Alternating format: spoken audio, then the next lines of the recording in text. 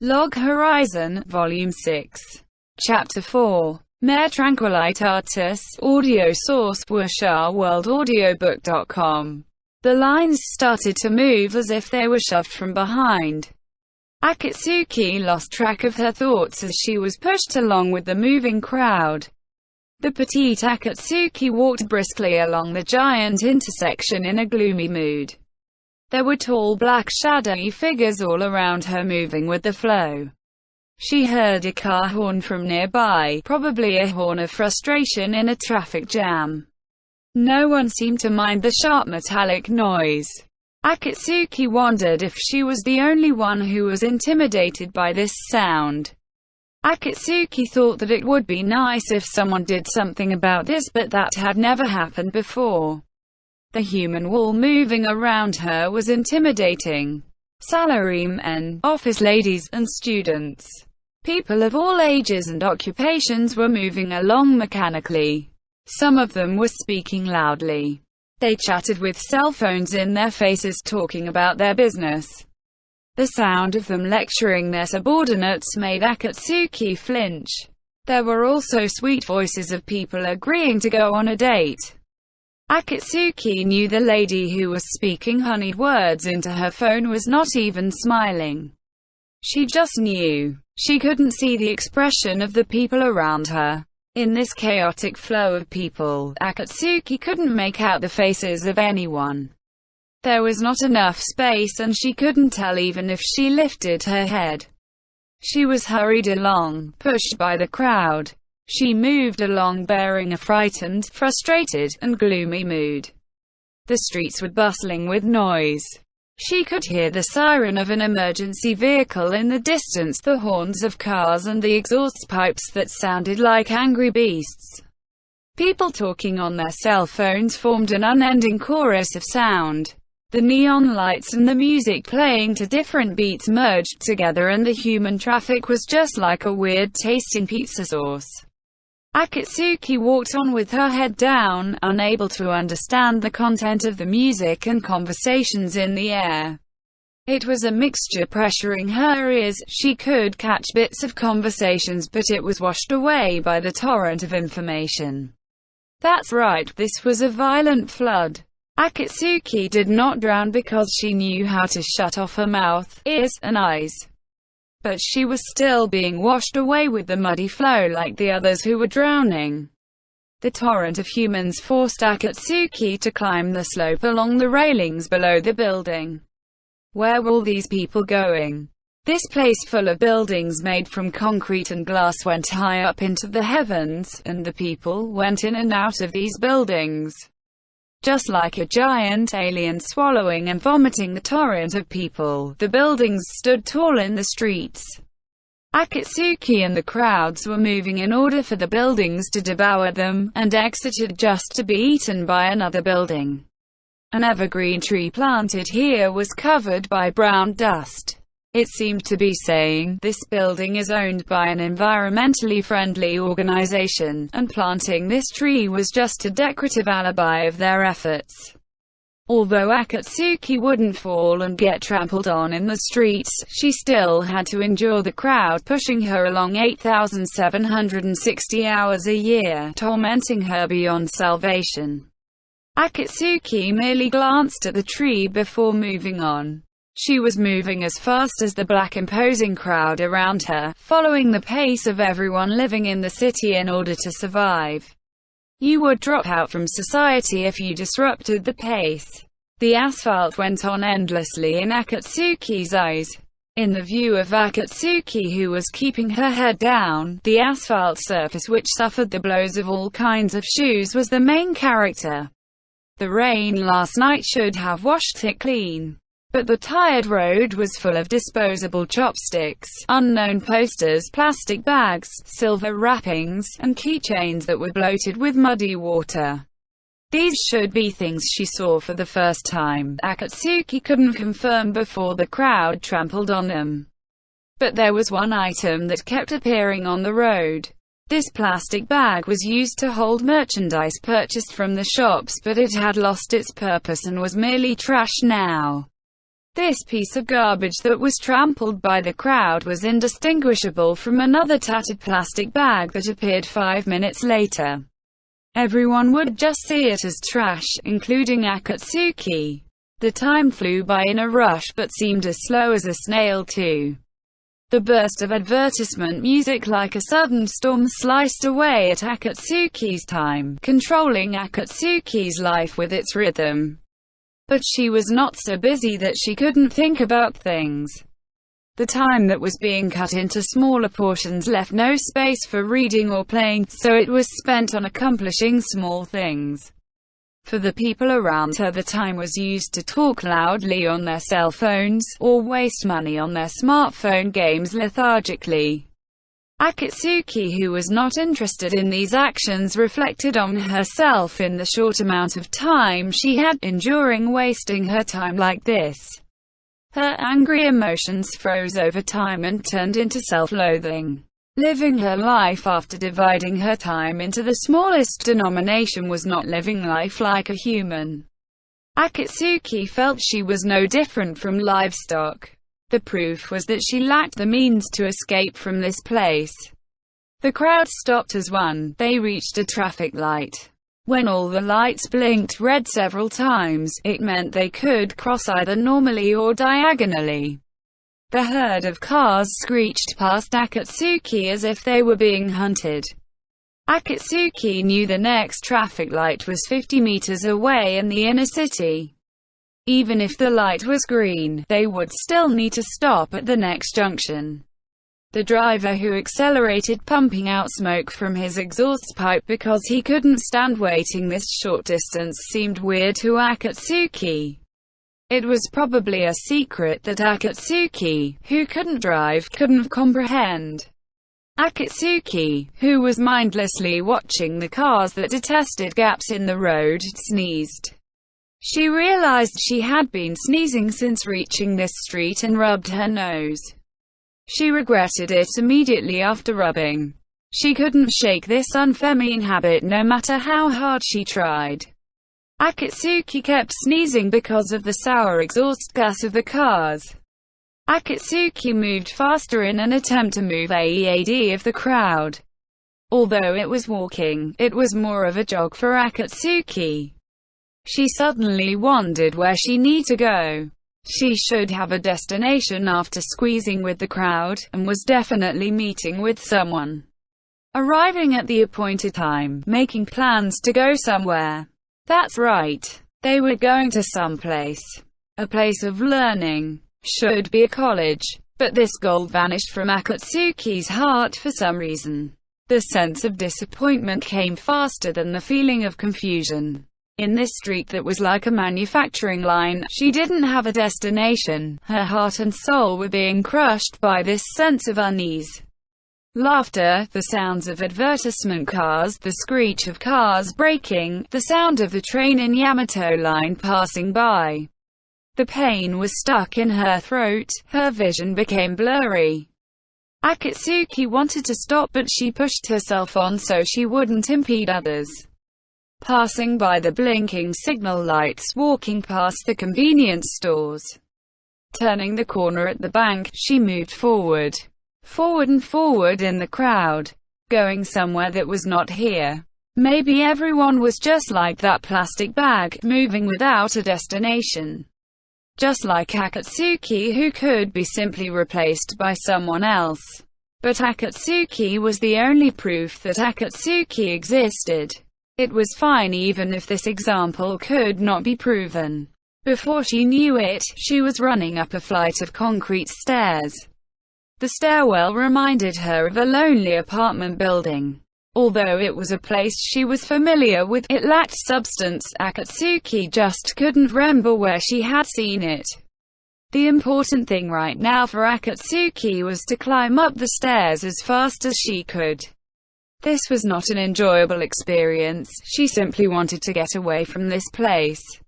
She was not sure what she was running from, but she knew she would be captured if she hesitated and thought about it. It was probably the plastic bag.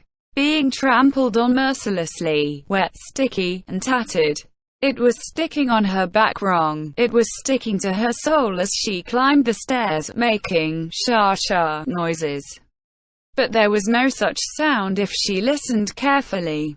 She was wrong about the bag being stuck on her. But why was Akatsuki rushing so hastily, not daring to look at her feet? The disgusting pressure stuck into her spine like ice needles. The lack of oxygen stopped her brain from thinking as she was unable to breathe. Even if she knew this was wrong, she couldn't prove it since she didn't know the correct answer. After reaching the top of the stairs, she used her momentum to head for the next flight of stairs as she ascended the stairwell. She ran like a rat on a wheel, giving her a sense of futility. She heard the sound of concrete being drilled somewhere and was running as if she were hating the concrete stairs itself. But she had to climb up the stairs in order to escape. This was a vicious cycle. After climbing dozens or maybe hundreds of flights of stairs, Akatsuki realized this was not a stairwell. Her feet sank into wet concrete with the texture of glue. Akatsuki missed a step and fell together with the rest of the crowd. The horn of a car, the noise of advertisement, incomprehensible murmurs of conversation. Akatsuki fell into the abyss of howling wind and was certain she saw the plastic bag again. A smooth white beach. Clear blue skies. The blue endless sea that looked like part of a watercolor palette, with ripples everywhere. Akatsuki was walking alone on the beach. The only person strolling on the vast coastline that was unique in the winter. The sound of the sand crumbling at her feet made her fearful. She lowered her head and saw her feet taking another step. She left another footprint in the pure untainted white beach. Looking at the shadow flying far, far away, that was probably a seagull. Splash, splash. She could hear faint footsteps in her ears as well as the blue waves washing up the beach. She pulled her coat closer because of the chill and continued to walk. She took her time. There was no need to hurry. The sun reflected from the sea got in her eyes when she raised her head. The winter sun didn't bring warmth, just blinding light. Quiet footfalls and the tiny set of footprints extended out like a tiny chain. Whenever her bare feet touched the blue sea, the shiny particles dissipated. Akatsuki didn't know where this was, but she had completely calmed down. This was not her destination, but it was a safe haven. Strolling along the quiet beach was an enjoyable experience that put her at ease. She didn't know how far she needed to travel. She tried soaking her feet in the deep blue water and twirled it around in a circle. She attempted to leave footprints close together like the dance of a bee. Because she was alone, Akatsuki did all this with a serious face. She tried expressing her joy with a smile. Akatsuki's faithful footprints followed Akatsuki wherever she went. She felt so happy that she wanted to include all this in her diary. She squinted her eyes to look into the distance. A person appeared in Akatsuki's field of vision. A tall figure swaying his body as he looked at the ocean with a troubled look. Akatsuki was surprised by how light her body was, and realized she was running. The distance that seemed far was much shorter than she imagined. She was close within just a few steps, and slowed her pace. She was not the type that would throw her whole body out to embrace others. But she still followed her feeling of affection to raise her head to look at that figure. Shiro smiled when he noticed Akatsuki. Shiro, who was always wearing a bitter and sullen expression, was smiling like this, making Akatsuki feel so satisfied. A bit shy, shining brightly, and embarrassed. After a moment of hesitation, Shiro, who was smiling with squinted eyes, acknowledged Akatsuki with a look and started walking along the beach. Akatsuki walked with him akin to chasing the hem of his coat. Shiro was consciously taking it slow. Shiro remained silent just like Akatsuki beside him. The echoes of the wind and the sound of the tides added to the beauty of the scene. The two of them were hesitant to disturb this serenity. "My lord's hands are big." Akatsuki thought as she looked at Shiro, who brushed his hair and adjusted his glasses a couple of times. She increased her pace as she looked at the pair of hands stuck into the coat pockets. No, it was better to slow down. Slowing down would give Akatsuki an excuse to tug at the hem of his coat. Akatsuki pouted as she thought of this. But she didn't look upset.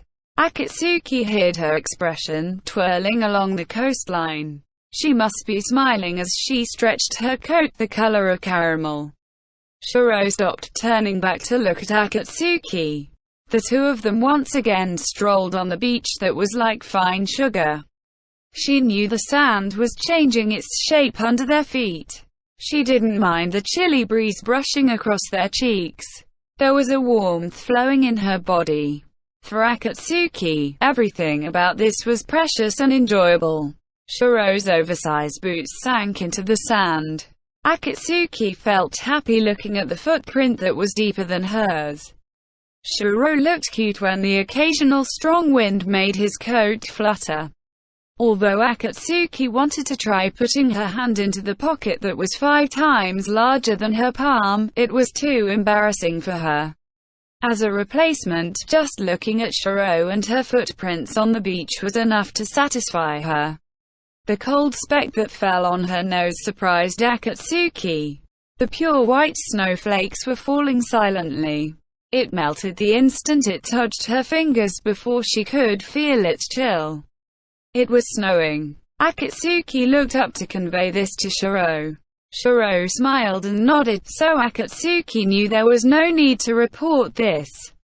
Shiro helped Akatsuki wear the hood of her coat and continued walking. She was not tired at all, but it felt like she had walked for a long time. The sky gradually became transparent as it turned a darker shade of turquoise and shone like a gem. The light from the water's surface seemed even brighter as the white snowflakes slowly fell in. "I didn't think it would be this quiet," Shiro commented quietly and stopped. The two of them had reached a cove before they realized it. "Yeah," Akatsuki answered. She wanted to respond more emotionally and with more feminine charm, but she couldn't think of a good way to do that. Shiro didn't seem to mind as he gazed out at the sea as dusk approached. Clang, clang, a sound similar to giant crystals colliding. It appeared to be a signal from the other end of the boundless ocean. Suddenly, Akatsuki was aware of something, but it was gone the moment it hit her. Something that was not Akatsuki brushed across her heart. Even though it did not belong to Akatsuki, this sense of loss filled her with sorrow. A large hand rested on her upper arm gently. Akatsuki knew Shiro was feeling the same thing. His expression was serious but not stern. Shiro pulled out a penknife from somewhere and pushed out the blade. He cut off a part of his fringe awkwardly. The cut-off hair shone strangely, numbering less than a bunch. Akatsuki received the knife from Shiro and shaved a small part of hair from her ponytail just like Shiro did. She didn't know why she did it, but she understood in her heart that this was necessary. They walked into the clear blue water and scattered the hair into the sea. The sound of crystals colliding came from somewhere as if to acknowledge the receipt of something, and the snow that didn't feel cold flew all around them. Akatsuki understood these specks were the memories of everyone. Death didn't rob people of their memories, it was the people who offered their memories for the chance to live again. Even if she didn't recall, deep in her heart was the desire to rise again. That was what Akatsuki knew.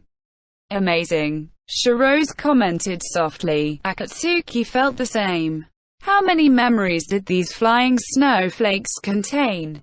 How many people made new resolutions on this beach? The vast quantity and weight made Akatsuki dizzy.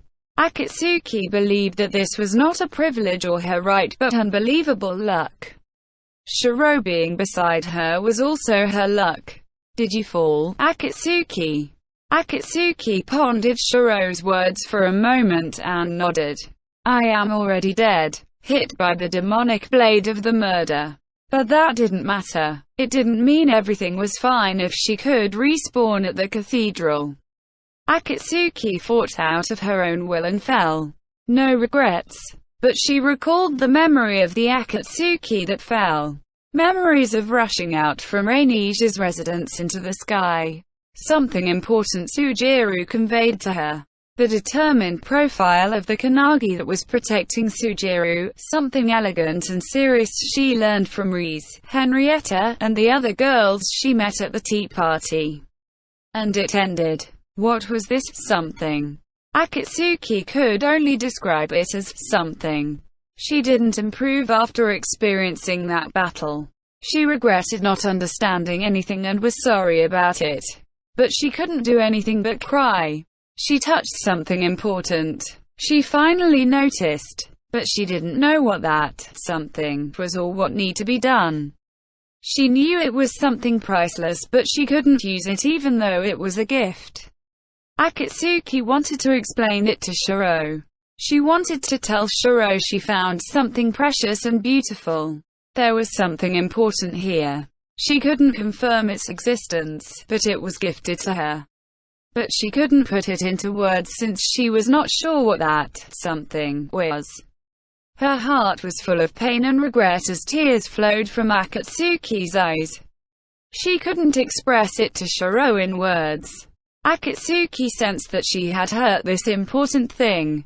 She was afraid that her incompetence might limit the value of this present. There was definitely something there. In the eyes of Ramdia. In Sujiru's fearless smile. Death didn't mean failure. To lose something that was at her fingertips, that was Akatsuki's failure. No, it was right in front of her from the very beginning. If that were the case, the Akatsuki that did not notice this was made up of a series of failures. She knew this was true without needing anyone to point it out. Once again, Akatsuki cried at her own incompetence. That was why she died without accomplishing anything. Is that so? I am the same too. I died. Akatsuki raised her head when she felt a hand patting her. Shiro looked troubled and smiled gently. Akatsuki knew Shiro was worried about her. His self-mocking smile was the expression Akatsuki's guild master wore when talking to her. You too, my lord? Yeah. They fell into silence. Shiro stroked Akatsuki's head, thinking with a troubled look on what to say. Akatsuki was fine with this awkward side of Shiro, but Shiro was concerned about that. I failed. My forecast was too naive. I didn't put in my trust. His speech was not showing weakness, but a form of self-reflection. I'm not sure. Akatsuki replied in an equally strong manner. This is strange. I never thought I would meet Akatsuki here. This sentence followed after countless snowflakes had fallen. Akatsuki was surprised. This was weird indeed. It had been a while since she met Shiro. Speaking of which, she wanted to see Shiro. Very much. She wanted Shiro to pat her head. She remembered that she wished for Shiro's compliments. That was why this was a strange reunion. They actually met in this place. She didn't have time to think about it until now. Encountering Shiro here was such a weird experience. Akatsuki was not sure, but she sensed that this was not a normal place. She was thankful for this miraculous coincidence. Right, my lord, this is strange. She remembered the beach they strolled on and the deep blue sea. In the bright scenery that had been bleached white, she could see Shiro turning back to face her. She rushed over and lifted her head. A large hand caressed her face. It was just a coincidence. But this coincidence was a blessing for Akatsuki. She had no other wishes. That thing Akatsuki was unable to get would definitely be lying in wait within her reach. But there should be countless such existences out there, in the dark corners Akatsuki had yet to notice. in the smile she missed because she wasn't looking for it. The luck in your hands would make one arrogant. You wouldn't think the luck you didn't have ever existed. Be it luck, encounters, or assistance, they were lurking in all kinds of places waiting for Akatsuki to discover them. That's why I want to try again.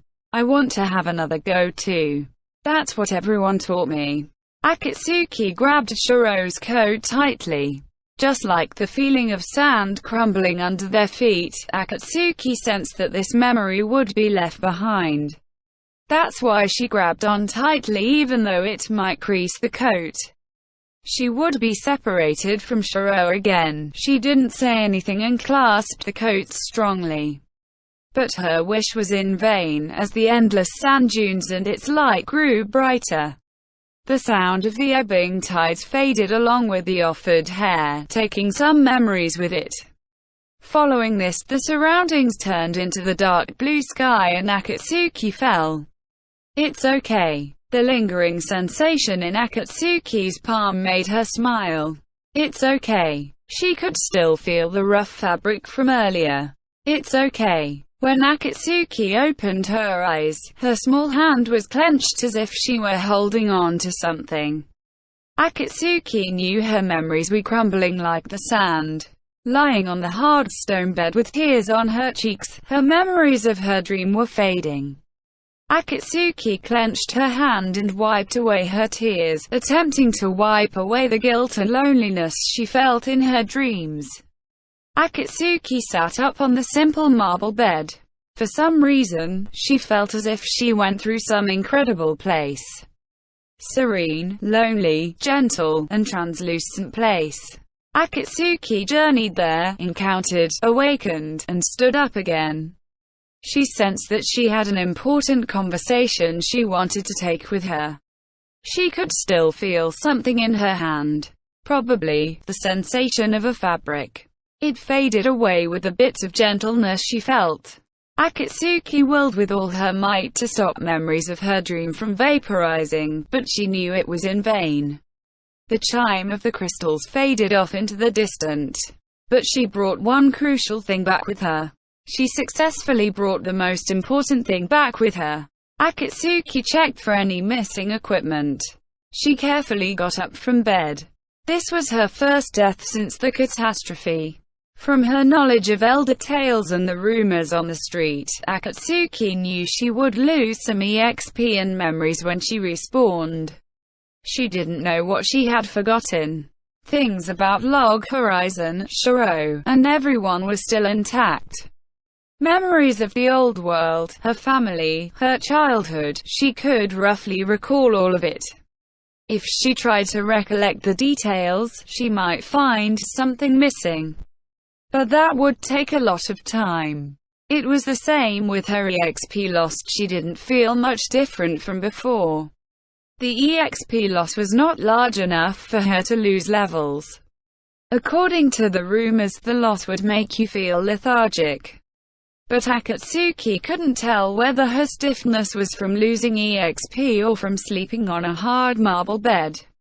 In other words, that was the extent of her discomfort. She looked around her. This was the inside of the cathedral.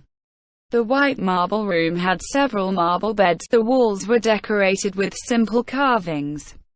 This was the Cathedral of Akiba. Akatsuki had memories of respawning in this place when Elder Tales was still a game a few times. Akatsuki started walking as she adjusted her kadachi on her waist. There was so much to do. As she walked down the corridor, she raised her gaze and saw the winter sun gradually rising through the clouds. The battle started at midnight, so respawning took half a day. No, that wasn't it. She probably continued to sleep on the marble bed after she respawned, relaxed from the tension of battle. That was probably why she was aching all over. Akatsuki looked around the cathedral that was bigger than it appeared from the outside as she walked. There were things she had to do. There were things she must do. She couldn't give up even after losing the first time. Akatsuki realized how lazy she was. She wanted to give her all in battles. She thought she worked harder than others. That was her just deceiving herself. Just excuses. There was so much more she could do. Akatsuki had been avoiding things that had to be done. She only focused on the things she preferred to do, and thought that was working hard. Akatsuki made up her mind to move forward as she walked past the stained glass of the cathedral. From Akatsuki's field of vision, the streets of Akiba should be right down these wide stairs. But an unexpected scene awaited her. "Are you alright? Does it hurt anywhere?" Akatsuki's sight was enveloped in darkness when she hesitated a moment and was bear-hugged. Henrietta twirled around as she rubbed her face on Akatsuki and said, "So cute." No matter how petite, it was a feat to lift a grown woman up, thanks to the strength of an adventurer. But Henrietta didn't seem to care. "I was thinking that it's about time for you to wake up," Reese, who was leaning on the stairs railing, commented. Behind her, Reindeer, who was wrapped in thick furry clothes, lowered her head apologetically. Standing behind them was a lady with fox ears crossing her arms and smiling confidently. She was the Kannagi from West Wind Brigade who had fought that night. Akatsuki was speechless. She knew her expression was becoming serious and gloomy. It's not that she disliked everyone. She was reaping what she sowed. Till now, she didn't have any close friends of the same age and gender. She didn't know what to say. But she knew in her heart there was something she had to do. From the dream that was lost to Akatsuki, this was the only thing she brought back. She grabbed the hand Henrietta placed on her stomach. She faced the stunned Henrietta, Reese, Fox-ear Lady, and the troubled Reindeer. Landing on her feet, Akatsuki lowered her head. "I know this is rude to say this, but I have a request for everyone. Please teach me about Overlevel. I want to apprehend that murder." The surprised Fox-ear Lady and Henrietta standing behind Akatsuki gasped. Reindeer wore a pained expression. "Sujiro-sama was using Overlevel, right, Nazuna-san?" "Yeah, that's right. But that won't work." "Indeed." In response to Riez's query, the Fox-ear Lady, full of adult charm, called Nazuna, answered, "Despite it not working, why are you still seeking Overlevels?" Reese turned the conversation back to Akatsuki. Akatsuki bit her lips. She couldn't explain it well. Everyone must be thinking she was being willful for seeking Overlevel. Even though her chest was full of regret, she was unable to think of any other explanation. "Akatsuki-san." At this point, her eyes met Riez's. The girl about Akatsuki's age stared at Akatsuki with a plain expression. Akatsuki still couldn't believe she was a core member of a large guild. The lady known as Nazuna, Reindeer, even Henrietta all did their best interacting with others within their social group while fulfilling their duties. Akatsuki made her decision. If she backed off now, she wouldn't improve. She could just do all she could, fail, and comfort herself by saying she tried her best. But there were battles she didn't want to lose. Akatsuki knew there were times like that in her life. No matter who she had to beg, no matter how pitiful she acted, there were still obstacles she wanted to overcome. "I want to terminate that murder," Akatsuki said with resolve, but her conversational skills were mediocre. "Not just Overlevels. If you have any way of stopping that man, please tell me. Please bear with my willfulness this time. You think you can win?" The question was asked by Nazuna in a lukewarm tone. The healer from West Wind Brigade who supported Sujiro till the very last moment. She was a Kannagi with long black hair and wore her kimono sloppily. Akatsuki answered immediately. "I don't know. But it won't end even if we defeat him. If we don't go to the extent of terminating him, it won't end. That's how I feel. We can't let this go on." Akatsuki continued as if she left behind the frustration of being unable to convey her thoughts properly. She hated her awkward self. If my lord were here, he would be able to do it. So, we have to do this.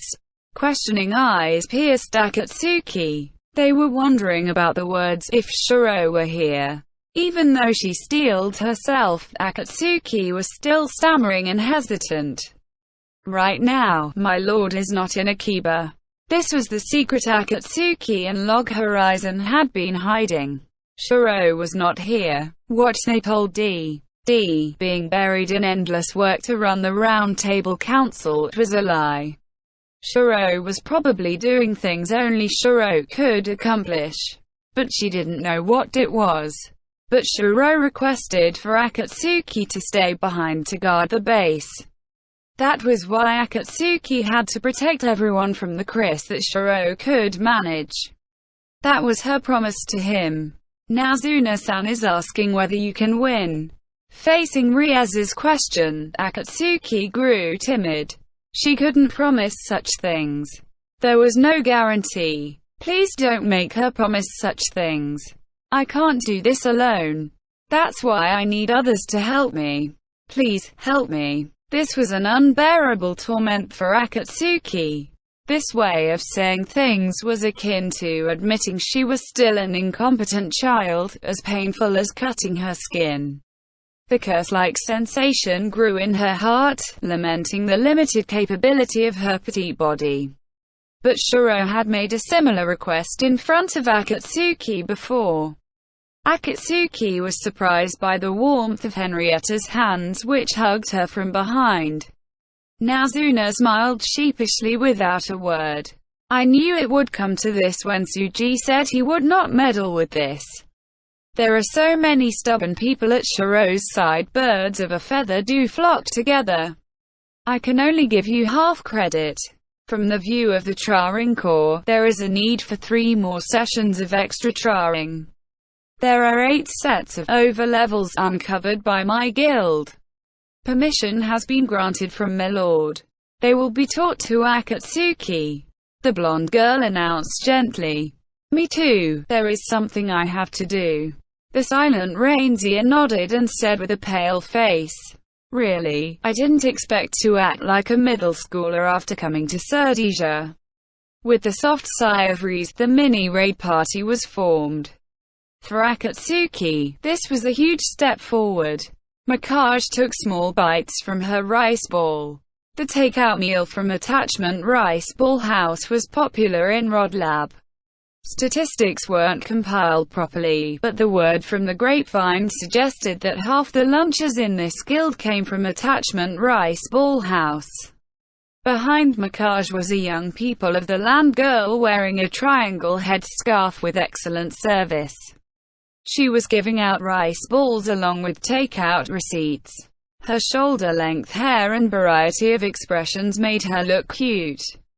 Her name was Kaidi. Attachment Rice Ball House was operated by 20-odd people of the land, but 5 of them were idolized by others because of their cuteness. They were so popular in Rod Lab that a fan club had been started. Kaidi and Kudia were vying for the top spot on the popularity listing. Mikage recalled seeing her posters in the science building. No, now is not the time to think about all this. That's not important. Mikage frowned and ate her rice ball. She didn't have the leisure to think about the popularity rankings of female bento clerks. Mikage was one of the people causing this commotion. But she was not responsible for this. Mikage was simply reporting the results of the survey and the possibility in the future, so she didn't need to take responsibility. But it still made her gloomy. Mikage offered the rice ball to her tiny plant fairy companion who was climbing up her thigh, the Alraun Alley. The Alraun held the rice ball with her round hands and took a big bite out of it. Mikage looked around her after being healed emotionally by this soothing scene. This semicircle conical-shaped hall was an auditorium. About 80% of it was occupied. At lunchtime, the majority of the participants would take their meals from their bag and open the rice ball delivery packaging.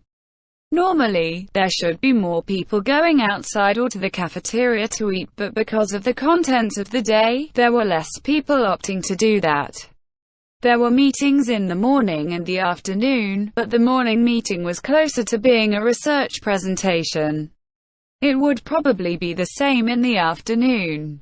The guild members saw RodLab to be an organization like a college, so its meeting was akin to a graduate research presentation. There was a heavy atmosphere in the auditorium. It was not a bright mood. Everyone seemed deflated. But rather than simple disappointment, there was a feeling of excitement brewing in their hearts. You could see specialized groups discussing in low voices wherever you looked. There were also groups with members of different specializations conversing together. That's how shocking the announcement in the morning was. "This is probably a good thing," her colleague Aomori commented with a mouthful of rice. "Is this really a good thing?" Maybe." Mikage nodded vaguely and responded half-heartedly to Aomori. It was hard to say it was a bad thing. In the morning, Mikage gave a presentation. In RodLab, there were several presentation events every month. It was the same for the gourmet department Mikage was in. But the presentation was usually held in the form of a food tasting session. Mikage expended all her energy in the morning presentation. As a chef, Mikage seldom did presentations in the form of hard data, and was not accustomed to long hours of academic discussion. This was a heavy burden on the chef Mikage, and she resented her colleagues who shoved this work to her in her heart. She kicked Aomori away, stole a piece of fried chicken and fed it to Ali. "What are you doing? Ali, is it good?" The introverted Ellie did not reply, biting into the chicken. Mikage relaxed as she watched her cute familiar. Even adventurers who didn't have the subclass of chef were gradually able to cook. That was the gist of Mikage's report. There were two ways of preparing food in this world right now. The first was using the game menu. Using the ingredients listed in your crafting recipe, you learned you could cook using the game menu while standing beside cooking appliances. By choosing the things you wanted to cook from the game menu, it would be made. No matter what cuisine it was, the cooking time was always 10 seconds. There was a big advantage in using this method. The first was cooking time. Be it stewed or fermented food, they all took 10 seconds. Another advantage was the amount of ingredients that were consumed. The maximum number of ingredients used for crafting items was 5, which included seasoning. Take potato and beef for instance. The ingredients were potato x3, beef x1, strong soy sauce x1. There were no onions or carrots, not even seasoning spices. But the finished products appear to have these ingredients included, appearing out of nowhere. Of course, there was a major disadvantage. The crafted product, no matter what ingredients or recipe you used, it all tasted like soggy crackers. You couldn't really tell whether they had any taste. Its texture was like chewing a soft energy bar, unappetizing. Another way was to cook the food manually by hand. To cook using the methods of the old world. They were not restricted by the crafting menus and were totally dependent on the recipe the chef came up with. The ingredients to make the food were all necessary, and things wouldn't appear out of nowhere. The freshness of the ingredients would also affect the completeness of the cuisine. This meant the same logic as the real world applied. But for both methods, the main difference from the real world was the need for the one cooking to have the chef subclass. Another feature was the importance of the chef level when making food through either method. If you cooked using the menu, the chance of success in making dishes would be low if your chef level did not meet the prerequisite. For manual cooking, there was no way to tell what was the prerequisite level to make food, but complicated cooking involving steaming or frying would have a high chance of failure. Failing in either method would result in the ingredients turning into burnt debris or mysterious paste, just like the game. Adventurers without the chef subclass would fail no matter what food they tried to make. No matter how skilled you were on Earth, but you couldn't even make salads in this world. This was now common knowledge after the catastrophe. But this common knowledge was losing ground. Even adventurers without the chef subclass were able to do simple seasoning or cut up ingredients. They were able to make salads now. Why was that, sir? They were not sure. They didn't know anything about the catastrophe in the first place. The meaning behind this change was also unclear. It was easy to tell that this would have huge repercussions. Even chefs like Mikaj were unable to tell when this change came about. The Round Table Council discovered the restriction of crafting items in the early days. That's how the Round Table Council was founded in the first place. RodLab became a gathering of people with similar subclasses because of this. Mikaj was surrounded by other chefs, including Mikaj. All members had a very high level. It was common knowledge that meals were made by the chef members of the guild or bought from other chefs. That's why no one was sure when this change came about. According to the survey of Mikaj and the others in the gourmet department of RodLab, about half the adventurers were able to make salads with a decent chance of success. Even those who failed commented that it felt different from before. They were able to confirm the phenomenon was happening, but they were unable to tell whether this was the result of the unconscious effort put in by individuals, the increase in capabilities of adventurers, or a loophole in the game restrictions. They also determined this was happening to the people of the land as well. Even the plant fairy Ali could do it too. The frightening thing about this was that it was not only restricted to cooking. For example, the constructor subclass focused on construction, while furniture was made by carpenters. These were fixed according to the rules of Elder Tales. But after the presentation in the morning, other reports similar to Mikaj's department findings were starting to surface. Construction and crafting were not techniques modern men were familiar with, unlike cooking, so there was a smaller sample size for them to go by. But from the few cases that had been confirmed, there was enough experimental data to shake the foundation of the theories they had built to this day. Mikaj was not the only one who was shaken. Be it Aomori or other friends in the auditorium, all the members of RodLab sensed some form of premonition. Mikaj raised her gaze when she sensed the hall quieting down. The members in the hall focused on Roderick standing on the podium. The people who were stuffing themselves with rice balls and sandwiches during lunch hour looked at Roderick with a puzzled expression. Wearing a shabby white lab coat, the usually calm and relaxed Roderick addressed the hall while scratching his head with a tired look. Sorry for interrupting your lunch, but the long-awaited experimental results are finally out. Starting from this afternoon, we will need to shift our focus, so let me say a few words. Lunch will be extended another hour. And by changing gears, I mean we will be shifting our focus to developing countermeasures. Hearing this announcement caused an uproar in the auditorium. Going as far as to research countermeasures, this was half the reason the people in the hall were shocked.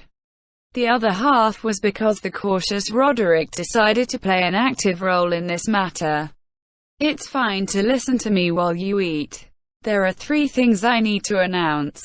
I will start with the appearance reset potion and its difference from back in the game world. According to various case studies, or rather, based on all the cases, there have been reports that your personality will be affected by your body, but it seems that the voice will be affected too. It's not certain if this has something to do with the vocal cord structure of the body, but adventurers with female bodies will gradually sound more feminine. This is so even for players who are male in the old world. The untimely sound of a pen dropping onto the floor marked the end of this statement. The auditorium was so quiet that the pen dropping seemed so loud. Next is the studies on optics. Regarding this, we have not confirmed the results yet. We can't be certain even if we measured it again. Even so, I think this is an established fact.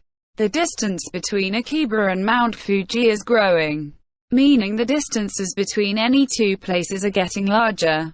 This report was like a bolt out of the blue for all those present.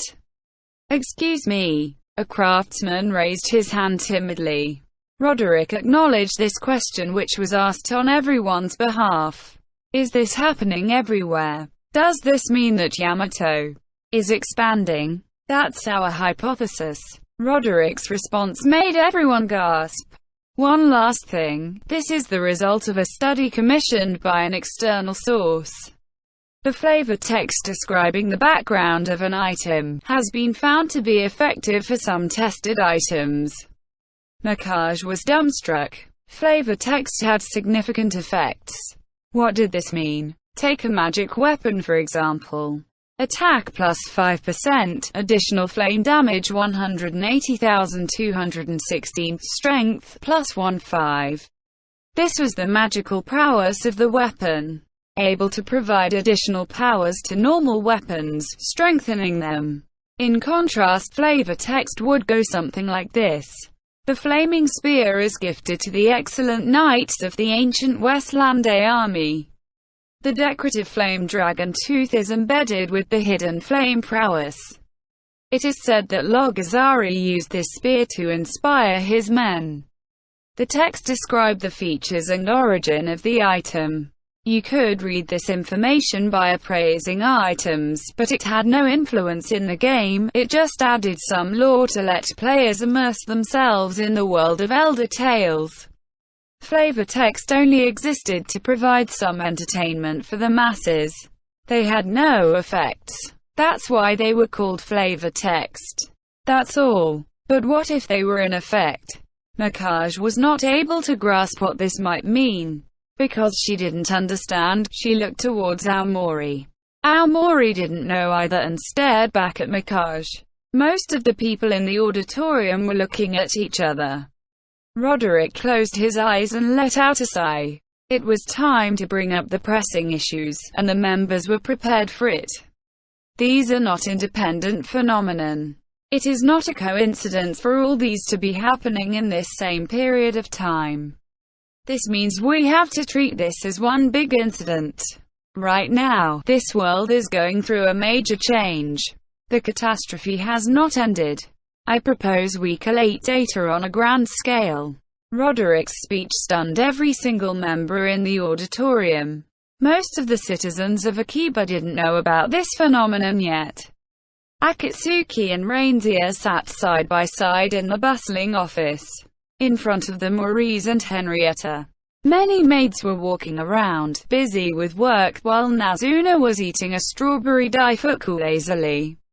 Akatsuki, who was brought back straight from the cathedral, was told to eat both breakfast and lunch together while they asked her for the details.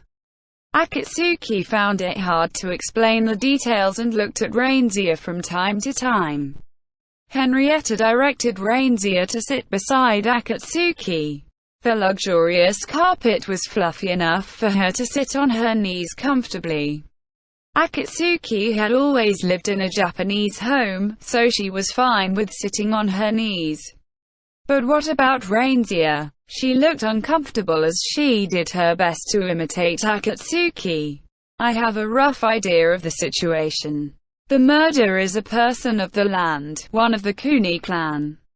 That means his powers originate from the movable armor. It is powered by the magic circle used to defend the city, giving him the strength of a full raid boss. Rainzia lowered her head when faced with Riaz's words. It seemed like Rainzia had explained everything to the tea party participants. Akatsuki was surprised. People of the land killing adventurers. Rainzia, who was panicking when she found out about this, should have been cowering in fear and trouble. But she was wearing a determined face as she looked at Reese and Henrietta while sitting beside Akatsuki. but that might be within expectation. This was the people of the land princess whom Akatsuki wanted to help. She even rode here on a griffin to raise a volunteer army for the War of Sandleaf. If the public knew about this, the relationship between people of the land and adventurers might deteriorate. If distrust in the Kuni clan rises, it will fracture life in the city. Akatsuki is worried about this, and wants to resolve the issue, not kill the murder. Am I right? Akatsuki maintained her position and thought for a moment before nodding her head. That was how her thoughts would sound like in words. She still remembered her actions of taking off into the night without any plans. Akatsuki just wanted to convey to others that Reindeer was not at fault. If she could stop the murder, she would be able to express her feelings. No, she was rationalizing it this way after the fact. She really wasn't thinking back then, just acting on a whim. She was just throwing a tantrum at the world that they didn't understand her and Reindeer. She didn't want to express these thoughts into words, so Akatsuki just looked at Rize in silence. I can understand how you feel. I don't think we can hide this matter for long, but to resolve this as soon as possible and suppress the commotion is the important thing. We already have quite a number of victims after all. Nazuna took some sweet sake from her bag, interrupting Riaz's lecture. Will Westwind Brigade expose this incident? No. Sujiro is taking his hands off this. We won't expose this or seek revenge. There are definitely people in the guild who are against this, but Sujiro will think of something. That's the type of guild we are. I'm the one who cleans up the mess. But all this is dependent on what the two of them decide. Let's not confirm this in a roundabout manner and lecture them directly. Rize and Henrietta sighed at Nazuna's suggestion. They were not trying to ignore Nazuna, but wished that she would go through the process normally. But Nazuna didn't seem to care. She looked really lazy and didn't care about the gazes of others, showing off her snow-white cleavage supported by her chainmail. The way she was lying on the sofa looked more like a big cat instead of a fox. She looked different without the tension of battle in the air. Akatsuki thought this was how Nazuna was when she was relaxed. Maybe that was her true self. But a real, true self doesn't exist. The Shiro that patted Akatsuki's head was her real lord. But the one hard at work reading complicated letters was also her true lord. The one coordinating fights on the battlefield was also the real lord. It might pain her heart, but the one complimenting Minori and smiling at Marielle was also her real lord. Reindeer beside her had lost her usual dreamy grace. She was not exhausted, just wearing a determined expression. There were no complete lies in this world. In this world that had become slightly wider and more colorful, Akatsuki understood this fact. There were many truths in this world. Is that everything? Henrietta crossed her arms and said calmly to Akatsuki and Reindeer. You wanted to do everything yourself because of your ego. You already know the right thing to do is to discuss it over with everyone, correct? Both of you, aren't you letting the blood rush to your head too much? Are you treating those around you like idiots? Henrietta's eyes were no longer mischievous. It was a very serious expression. Akatsuki had nothing to say. Henrietta was right. It was fine at first. She could use the excuse that she went off with a head full of steam.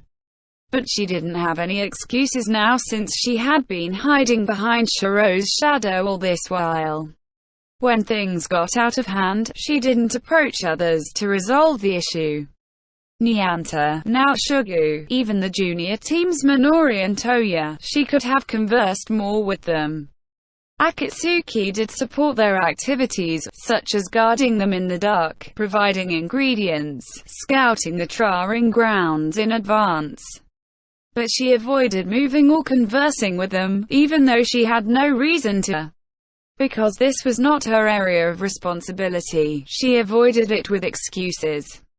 Akatsuki was in pain after others sensed this. How long do you want to keep at this alone? Are you still wishfully thinking that everything will be fine if Shiro-sama is by your side? Akatsuki lowered her head while listening to the lecturing voice of Henrietta. She had nothing to say. That was absolutely right. She was overly reliant on her lord, so she became useless when her lord was not around. She couldn't even keep her promise with her lord, even though Akatsuki was the only one he had asked this of. Did you intend to just be a guard when you came to this consulate? Sensing someone answering the query she wanted to ask, Akatsuki raised her head. Visiting the Water Maple Consulate, becoming part of the security regime is not the sole task of Akatsuki-chan. That's Rize-san and my role as well. Akatsuki's face turned red from shame and pain. It was only natural if she thought about it. Reindeer was one of the most important women in Akiba. There was no way for Akatsuki to guard her alone. Rainija's tea party was Shiro's instruction. This was very obvious. WushRWorldAudio.com. Thinking that Shiro is depending on me was such a lofty thought. This pain and regret turned into tears. But now was not the time for crying. Akatsuki definitely wanted to protect Reindeer, and not just as a guard protecting her life. That day, that moment, the girl shouldering the heavy burdens for the people of the land, she should be watching over her noble dream. Akatsuki-san is ERMMM. Reindeer, who found it hard to interject, spoke. But she was stopped by Rize. I want to borrow your strength. I have to. Akatsuki struggled to form her words. As promised, Rize-san and I will help.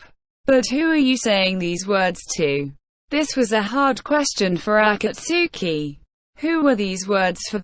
For Henrietta and Rize? Or Nazuna? Or for Mikage and the others who were not around? Whoever it was for, she was asking for their aid. Did she have the right to do that? But there was definitely something here. Just that Akatsuki was unable to find the right words to describe this gift. Akatsuki definitely noticed in that faded dream. The thing that overflowed in the light of dawn tormented Akatsuki. She was holding on to Shiro's coat, but her hands were empty when she woke. She couldn't bring it back from the dream. There was a sense of frustration and unhappiness in her heart. The words she was supposed to have were truly not coming. It was right here in her chest, but she was unable to tell everyone. Akatsuki felt like tearing her chest open in order to share her wish and thoughts with everyone. But that was not something they could see if she opened her chest. Blaming her own incompetence, Akatsuki's expression became twisted and tears started to fall. Akatsuki-san is my friend. Reindeer shook off Rize's restraint and said with anger, shocking Akatsuki. It filled a hole in Akatsuki's heart. They were words that were lost because she failed to hold on to them, the key to Akatsuki's closed-off heart. This sentence that she had never expected the silver-haired princess to say, Akatsuki felt warmth and strength returning to her. Reindeer is working hard. That's why I want to help. Everyone. Please help, everyone. Because we are friends. She was unable to speak properly. She was full of embarrassment and helplessness. But she had the resolve to see this through. In order to break through this situation she was unhappy with, Akatsuki took a half step forward. Just a tiny step. The word friend came out of her mouth along with her hesitation. Akatsuki had come to understand this in her heart. Reindeer, who seemed to be smiling from a faraway place, was real. The reindeer who was seething in anger beside Akatsuki was also real. The Henrietta who treated Akatsuki like a toy was real, but so was the Henrietta lecturing her. Rize, who did in-depth research on the clothing of the people of the land, was real, and so was the Rize who commanded the troops in battle. If she looked carefully, there were many people who cared about Akatsuki around her. Akatsuki was not inferior or mediocre. The Akatsuki who couldn't forgive herself was also the real Akatsuki. There were so many people concerned about the Akatsuki who fell to the blade of the murder. She was starting to understand why Reese referred to her as a middle schooler. She was at the middle school level after all. To only learn all this now, Akatsuki thought she was worse than Minori. But she did not panic. It was correct to say that she was not as good as Minori. And the people worrying about her were right in front of her eyes. I understand. Let's start the strategy session. In order to end this problem, I already have permission from the Round Table Council to impose a curfew. Let's subdue the murder 3 nights from now. Riaz's words calmed Akatsuki. She would get it right this time. Henrietta looked out at the streets from the top of the stairs. Although most of the leaves had fallen from the trees, there were still some evergreen trees on the streets. The greenery scattered amongst the grey ruins looked pleasing to the eyes. Crescent Moon Alliance was based in this guild building, so she was used to the scenery, just that the elevation was different. The guild hall of the Crescent Moon Alliance was on the 5th floor. This corridor was on the 10th floor. They were both on the upper levels of the guild building, but her destination right now was the Round Table Conference Room. Henrietta kept walking. With the lift just a decoration in this world, it was a pain to climb all these stairs. But with the durable body of adventurers, it was not an issue. They could even make round trips ferrying wooden crates without breaking a sweat. The staircase revealing its concrete base seemed to be cold, but it was not a problem for Henrietta as she reached her destination floor. Henrietta greeted the people of the land girls she was acquainted with and entered the secretariat. This was the core of the Round Table Council. The Round Table Council referred to the governing organization based on its 11 founding guilds, while the secretariat was where the administrative work was done. It would be unnatural for the 11 guilds setting the policies of Akiba to not have a central base of operations. Such an opinion was gaining strength among the public, so each of the 11 guilds set up an office in the secretariat. But most of the 11 guilds were all major guilds big enough to run Akiba by themselves. So their guild master usually had an office in their own guild base, doing all sorts of administrative work in their private offices. The mid-size guild Crescent Moon Alliance also had a private office for their guild master Marielle, decorated according to her preferences. That was why the offices in the secretariat were run by people working on shift, serving as a communications base. Unfortunately, Crescent Moon Alliance did not have the manpower to be on duty at all times, so Henrietta would check in periodically to handle the letters and paperwork. There were many people of the land working in the secretariat. They were not only hired to handle the menial tasks but also to test the possibility of adventurers working alongside people of the land. They might be tasked to handle liaisons in the future, but that concept had not been put into action yet. The people of the land were busy enough without the extra duties, handling the coordination and notification of hundreds of guilds. Henrietta headed for the office after greeting them, and screamed softly when she arrived. The documents had once again piled into a mountain on the desk. She had gotten used to it, but she still felt dejected looking at this. Crescent Moon Alliance, who had been assigned lesser work, was already in such a state. Henrietta didn't want to imagine how the other guilds must be like. Henrietta sorted the papers deftly, putting them in the wooden crate she brought. Their numbers were great, but most of them were reports and acknowledgement notices. Those that didn't need to be brought back to the guild hall were signed and sorted into the permitted box. She fell into her office work routine and reminisced over the events of the past few days. Things progressed speedily after that day. Riaz's command was excellent, but the other participants were also a match for her. If you thought about it, Nazuna, Kyoko, and Azuki might be girls, but they took part in major raids before the catastrophe, so moving as a team should be a piece of cake for them. Rainisia's living room was now the temporary operational base. Riaz had moved a table from her guild to the room. It was also a hive of activities over there, matching the hectic pace of the Secretariat. Large amounts of notes contain various data overflowed during the editing and amendment process. The adventurers like Henrietta, who lived on modern Earth without papers, got a headache just looking at this scene. The members called this anti-murder mission Operation Capture, or Operation Retake. The base was set in Rainisia's place, so the members were limited to the female Tea Party participants. Henrietta and Marielle were also a part of this. There were two central figures, Akatsuki and Rainsia.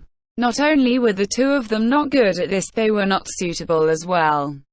They were experiencing all of this for the first time, making them nervous and uncomfortable.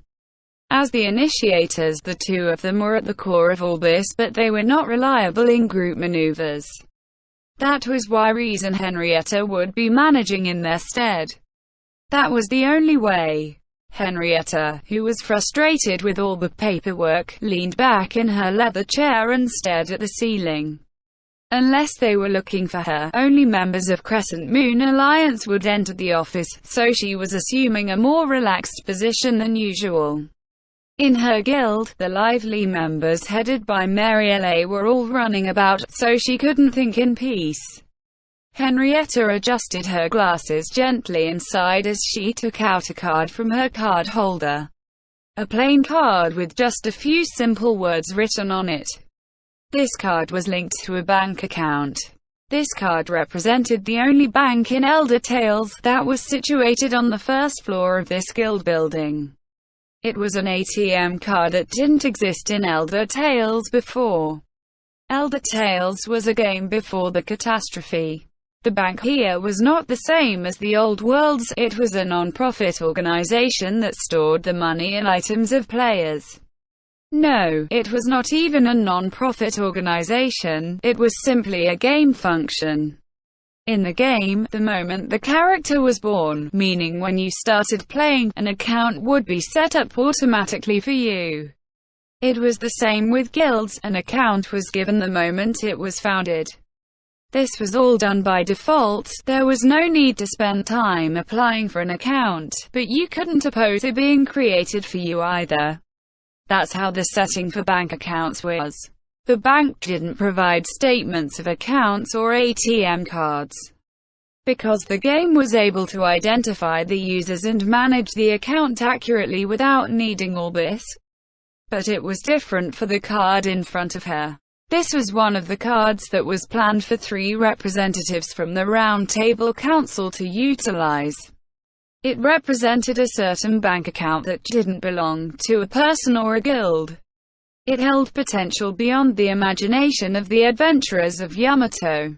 This is why I was hoping it would be peaceful during this period of time. Henrietta spun the card on top of her finger and closed her eyes. She had already felt that Shiro was not in Akiba. Although she was not informed outright, Shiro entrusting this card to her. It was a clear sign. This card was meaningless right now. Because there was no money in this account and there were no transactions linked to it. It was just an account set up in advance. But its potential in the future was bright. Henrietta understood this point. She shivered just at the thought of how this card might be used. They had not publicly disclosed the existence of this card because the card was still meaningless right now. That was to say, it was still in the experimental phase, it was not the time to announce it yet. That's what Henrietta heard about this. On the other hand, Henrietta sensed that this was not the whole truth. Shiro was probably wary of information leaks if they announced it prematurely. Akatsuki hiding Shiro's absence was also proof of this. Krusty, Shiro, Michitaka, and the others were preparing for problems that might arise in the future, and the existence of enemies was one of them. Unfortunately, they had to be wary of enemies from within the Round Table Council itself. Henrietta could feel Plan Hyoden looking towards Akiba from the west. The small but infamous Odyssey faction was also fearsome, believing they can return to Earth after clocking enough deaths. Henrietta sighed at their absurd idea. These troubles were too much for an accountant from a mid-sized guild to bear. There was no way she could handle it. But who would shoulder this responsibility? Just leaving everything to Shiro was easy to say, but was that right? Shiro was even younger than Henrietta. Right, that person who is darker than black is younger than me. Really? Shiro was probably not interested in Henrietta as an individual. All the things he did were not for Henrietta's sake. Henrietta couldn't just assume Shiro could shoulder all this and leave him alone. That would be abandoning him. That was why she had to take part in the hunt for the murder. Henrietta was sure of it. Reese would direct the battle aspect, so Henrietta would help from another angle. She would provide the stubborn Shiro with covering fire. Henrietta thought it would be nice to lend him a hand. After dancing at the ball in the ancient palace of eternal ice with Shiro, Henrietta felt fine with helping him. Aiding Shiro and Akatsuki from the dark suited Henrietta's personality well. Reese was trying the teamwork and discipline of Akatsuki and the other battle members. Before dusk was over-level trying. There were several other volunteers besides Akatsuki taking part, so information per time to over-levels was becoming more commonplace. After dinner and their conference, Akatsuki, Reese, and the others would spread out in Akiba for surveillance, hunting for the murder. After listening to the reports of Akatsuki and Nazuna, Reese thought the murder would not resurface in the next few days. Henrietta felt the same, and was thankful for this window of time. The murderer who suffered the fierce attacks of Sujiro and Akatsuki had taken a huge amount of damage, and would need time to recuperate. Since he was not an adventurer, he would need more than one night. Henrietta negotiated with the Round Table Council to impose a night curfew in Akiba. This was the plan they came up with after discussing with Reese to prevent more victims and lure the murder out.